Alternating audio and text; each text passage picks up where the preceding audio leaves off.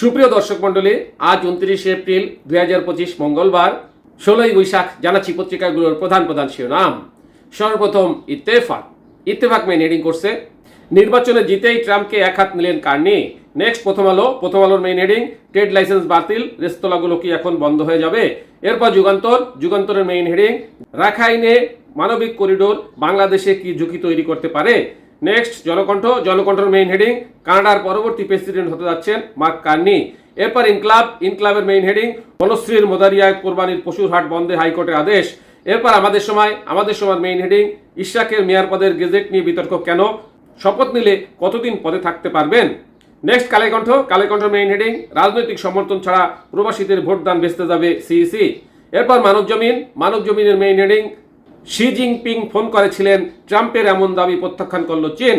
এরপর সমকালের main heading, গণতান্ত্রিক শক্তির ঐক্যের উপর নির্ভর করবে সংলাপের সাফল্য, আলী রিয়াজ। এরপর জয় দিনের মেইন হেডিং, রুদ্ধদ্বার শুনানি, জামিন পাননি খালেদা জিয়ার ভাগ্নে সাবেক এমপি তুহিন।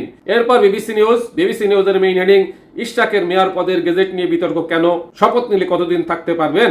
নেক্সট আরটিভি নিউজের মেইন হেডিং, ১৭ রানের জুটি নিয়ে লাঞ্চে বাংলাদেশ।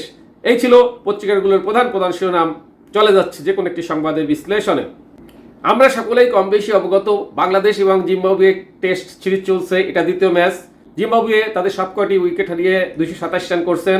যবে বাংলাদেশ ব্যাট করতে নেমে জান্সের আগেই ১৭ রানের জুটি করছেন। এটা নিয়ে আরটিভি নিউজ একটা প্রতিবেদন করছে। চলুন, ১৭ রানের জুটি নিয়ে লাঞ্চে বাংলাদেশ।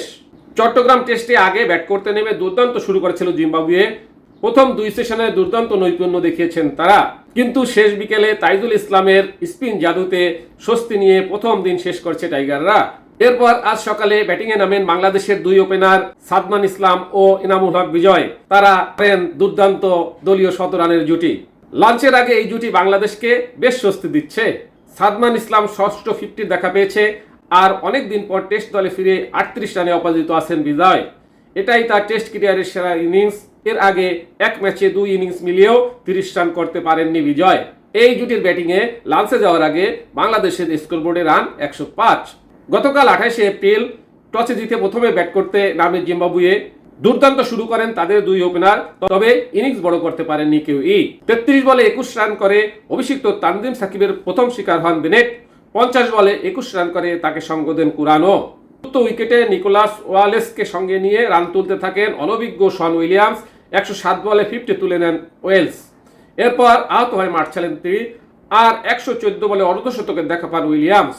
166 বলে 67 রান করে উইলিয়ামস আউট হলে খেলায় ফিরে টাইগাররা, কিন্তু মাঝে বেড়ে 15 রান করে আউট হলে উইকেটে আসা যাওয়ার মিছিল শুরু করেন বাকিরা। সর্বশেষ গতকাল 90 ওভারের প্রথম দিনের খেলায় তারা 227 রান 9 উইকেটের বিনিময় তুলতে পারেন। বাংলাদেশের হয়ে সর্বোচ্চ উইকেট শিকার করেন তাইজুল ইসলাম, ছাড়া নাইম হাসান 2টি এবং অভিষিক্ত তানজিম সাকিব শিকার করেন 1 উইকেট। দর্শক মণ্ডলী, আমরা চাই এই টেস্ট ম্যাচটা জিতে বাংলাদেশ একে সমতা ফিরিয়ে আনুক।